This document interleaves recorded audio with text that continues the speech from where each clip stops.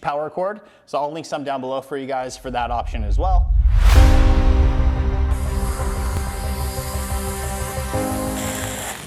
All right, guys.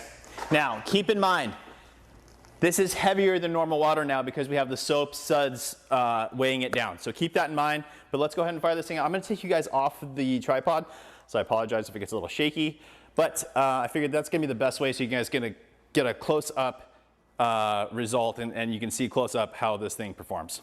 So I'm gonna start off with just the cold air option. So as you can see, the hot air option has a little sun on it. The cold air option is just the fan, so we're gonna fire that on.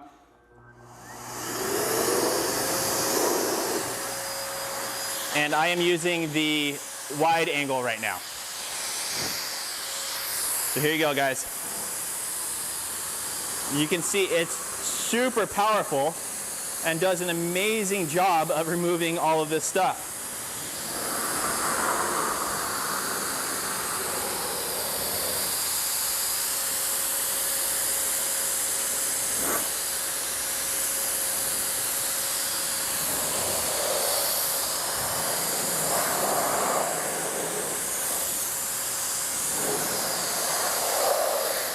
All right.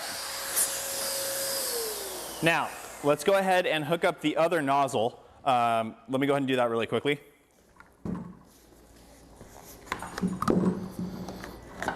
Super easy, super fast. All right, now we're going to go ahead and use this to blow out these areas around all these little tight spots and just so you can see how well it works for that as well. Also, the heated option takes a little bit to heat up. Obviously, you just turn it on and it heats up.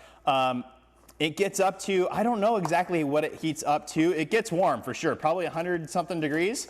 Not crazy, it's not gonna burn you, at least not that I've experienced. But let's go ahead and turn on the heat option this time. Fire's on.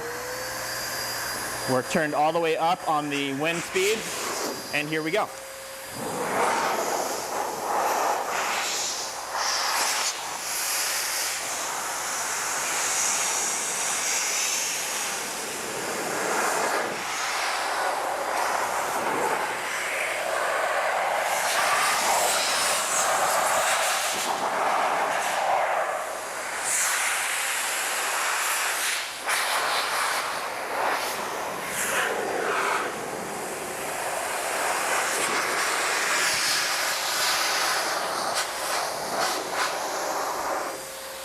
All right, guys, so as I said, you can also use this on interiors.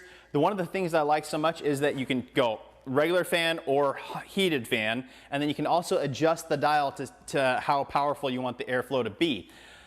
The reason I like that so much is sometimes you're working on, say, a classic car or whatever, and you come up to a spot that may have some rust or some underlying issues. You can turn it down, still get all that water out, so you're not gonna create any more issues with that rust. You wanna get that completely dry, but you're not going to damage it because you can adjust it. Also, especially when you're working on cars, Range Rovers are the worst for me, at least on their, not so much the Sport, but the other one, I'm spacing on the name, but their bigger one. It holds so much water in all of the little seams of that car, it's a nightmare. You use a typical leaf blower and you blow in and it comes back out, and then you blow it and it comes back out. And what it's doing is it's blowing a lot of it just back into the little crevices, and then it falls right back out because you're having too much force in that one area. With this thing, you can go in hard, blow out the majority of it. Those last little residual drips, you turn it on low, you finesse all that water out, and it makes your life so much easier. Fantastic, guys. I'm gonna go ahead and turn this on so you guys can see the difference. All right, so we're on high. This is on high, here we go. Pretty high, right? We're gonna go ahead and switch it on over to low. It's a nice, gentle breeze, but it's gonna do the job that you need it to do. So fantastic. Also, when I'm blowing out the debris under the seats, like I said, I'll go under full blast, blow it all out. But when I'm fine tuning, right, especially if I'm not pulling out my air compressor, I'm fine tuning, I put it on low, I get into all the vents, all that kind of stuff with my degreaser or interior detailer and my brush, and put it on low and dry it out nice and easy. Fantastic tool, guys, amazing. So I'm gonna go ahead and soap up this, or rinse off this hood now. I'm gonna use this to dry it off and talk to you guys about some of the little featured points of this item. So hopefully this gives you guys some great clarity on a fantastic tool that's made my detailing life a lot easier. It's fantastic. It carts around easy. Like I said, the casters work really, really well. They also lock if you want them to lock and not have it move around. It's fantastic.